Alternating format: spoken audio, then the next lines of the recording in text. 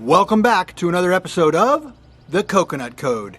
It's day 8 and I'm water fasting, and I've got a little story to share with you. So today I was driving to go pick up some more distilled water and some produce and some different things, and I looked at the gas tank and it was on empty, and I mean empty. And I was in a section of the freeway where I was basically going to be in big trouble. I actually got down to where the gas meter, where it said how many miles that you have left, it actually hit 0. So I was driving on 0 for quite a while. Long story made short, we made it.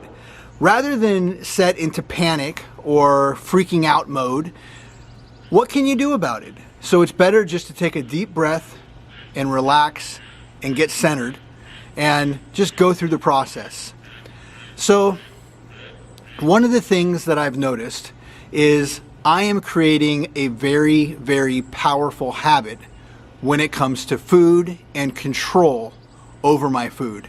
Now, I've done a lot of habit creating in my life, and willpower is extremely important, but sometimes what's even more powerful is world power, crafting your environment in such a way that you'll have success. So for example, let's say that one was going water fasting and they lived alone. It would be very easy to completely empty out the fridge and the cabinets and empty everything out where there's just no choice. So you've crafted your environment to where you can't get out, you can't get off, okay? You can't substitute or cheat or do any of those things. I myself, I'm not in that type of environment. I have several babies and we need food, and I'm the only one doing this, so I've got to have my environment crafted for them and for me. One of the things I did today to challenge myself was I cooked up my wife a great omelet, and my baby, I made her a little something. So I was just cooking in the kitchen, and my wife's like, "Why are you doing that? Like, are you sure it's okay?" And I was like, I like the challenge. I like the mental strength that it gives me. And I miss being in the kitchen.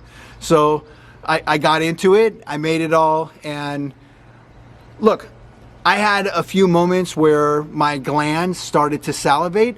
But other than that, it was no big deal. I just drank some water and moved through it. So I just noticed it's like momentary thoughts that come into the mind. There's little flashes that happen. Went on a beautiful hike today, had a great time, and the mosquitoes were coming out. I hate mosquitoes. There's not many things I can say that I hate. Almost nothing. Mosquitoes might be like the only thing that I hate. I really do not like mosquitoes. I run from mosquitoes. So, oh yeah, it was so funny. My dad, he was behind me in the hike, and he had this stick. And it had, like a little feather on the end of it or something. He kept putting it on my neck, and I was going, I was screaming and running and having a good time. It was really cool.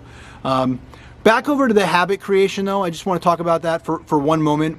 There was a masterful individual, and the guy that was looking to create habits went to this masterful individual, and he's like, "Master, how do I create the habits?" And he goes, "I want you to take these stones, take these 21 stones, and every day you go to the center of the bridge by the lake and you throw one off and then come back." And so he did that every single day, and he did it for 6 days in a row. And on the 7th day, he went to throw it off the bridge. He threw it off the bridge, and then when he went back the next day, he threw it off the bridge, right? But then one day he forgot. And so on the 10th day, he went over to the bridge and he threw 2 stones off. Okay. Later, when the master had asked him, "So what happened?" he told him what happened. He goes, "No, you need to start back over on day 1. So if you break the habit, you need to start all over again and create that habit." I noticed that's the same thing. I've gone to the gym, and when you make a routine and you start to stick with it, after like about a month, you actually becomes easier. Okay.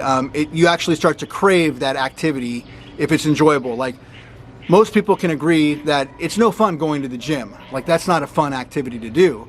But after you have that month, if you were to miss a workout, you would be like, oh no, I need the gym, because you know how good your body feels when you walk out of there. You know how good you feel when you walk out of that gym or when you walk out of that exercise. So another thing that I learned is something called habit gravity. And habit gravity is like on the 6th, 7th, 8th day, things start to get easier. You start to get gravity. So just like in our world, you know, we have gravity, the law of gravity is keeping us down, and we're on the ground walking around. If that wasn't here, we'd just be floating up. Well, once you get through like 6, 7, 8, 9 days in a row of doing something, it starts to get easier. You start to get a rhythm. That's what I call habit gravity. And you literally, it becomes almost like you're floating up, and the routine just becomes easier and easier. So that's all I've got for you. Everything's going well. I feel good. I'm continuing on with the water fasting, and I'll see you guys tomorrow. Make sure to subscribe. We got more coming for you.